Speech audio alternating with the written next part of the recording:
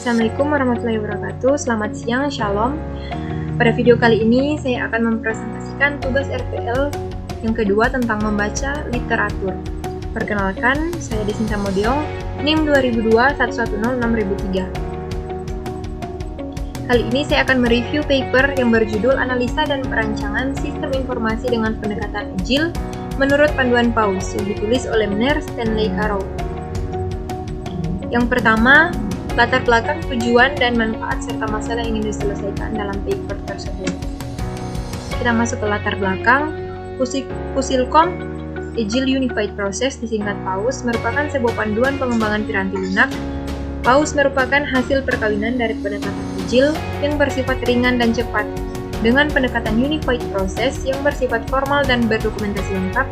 Penggabungan kedua pendekatan ini menghasilkan sebuah panduan pengembangan piranti lunak yang ringan, relatif cepat, dan memiliki artefak dokumentasi lengkap untuk setiap tahap pengembangan.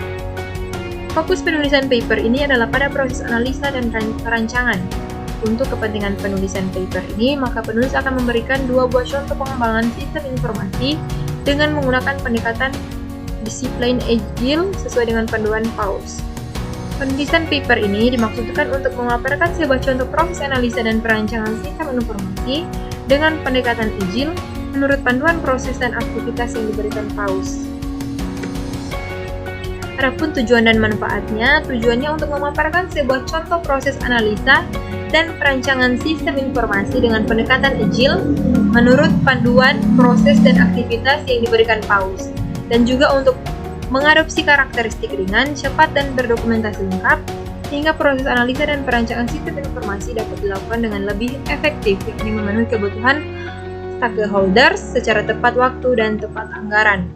Adapun manfaatnya, paper ini memberikan sebuah contoh dari proses analisa dan perancangan sistem informasi dengan menggunakan pendekatan Agile menurut panduan Pusilcom Agile Unified Process disingkat PAUS. Pendekatan PAUS menjamin proses rancang bangun sistem informasi dengan karakteristik arsitektur sentrik, model based, object oriented, dan reusable dalam waktu yang relatif singkat. Adapun masalahnya, yang pertama, bagaimana membangun sistem informasi yang berorientasi objek berdasarkan model arsitektur client server dan web based menurut panduan proses dan aktivitas yang diberikan PAUS. Yang kedua, apakah terdapat best practice dalam proses dan aktivitas pengembangan sistem informasi berdasarkan pendekatan Agile menurut panduan PAUS? Kita masuk ke topik yang kedua tentang proses metodologi pemecahan masalah yang ditulis dalam paper. Metodologi yang digunakan dalam pengembangan sistem informasi itu dengan menggunakan pendekatan disiplin Agile sesuai panduan PAUS. Pendekatan PAUS menjamin proses rancang bangun sistem informasi dengan karakteristik arsitektur sentrik, model based, object oriented, dan reusable dalam waktu yang relatif singkat. Kita masuk ke yang ketiga tentang teknologi yang digunakan untuk memecahkan masalah. Teknologi yang digunakan adalah KKSUML versi 2.0, sangat efektif untuk digunakan sebagai alat pemodelan proses bisnis, analisa dan perancangan hingga konstruksi source code. Kita masuk yang keempat, hasil, kesimpulan, dan saran. Hasil yang saya dapat ambil dari studi kasus 1 sistem informasi Rekoref di Bapeda Kota Manado yaitu gambar 1, tampilan hasil cetak laporan. Dan studi kasus 2, portal web Sekolah Minggu Gemim. Ini adalah gambar tampilan beranda untuk user hasilnya. Dan ada juga hasil source code yang bisa dilihat langsung pada paper tersebut. Kita masuk ke kesimpulan. Mengembangkan sistem informasi dengan pendekatan Agile menurut panduan Pusilcom Agile Unified Process PAUS menjamin pengembangan aplikasi yang arsitektur sentrik, model based, object oriented, dan reusable dalam waktu relatif singkat.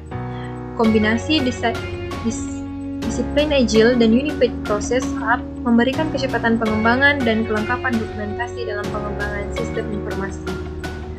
Yang kedua, KKSUML versi 2.0 sangat efektif untuk digunakan sebagai alat pemodelan proses bisnis, analisa dan perancangan hingga konstruksi source code.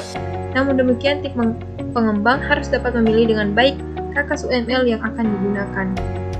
Dan yang terakhir, komitmen user, penerapan teknik pair programming, penggunaan KKSUML yang tepat serta pemilihan tools pendukung manajemen proyek menjadi faktor penentu dalam pengembangan sistem informasi dengan panduan PAUS.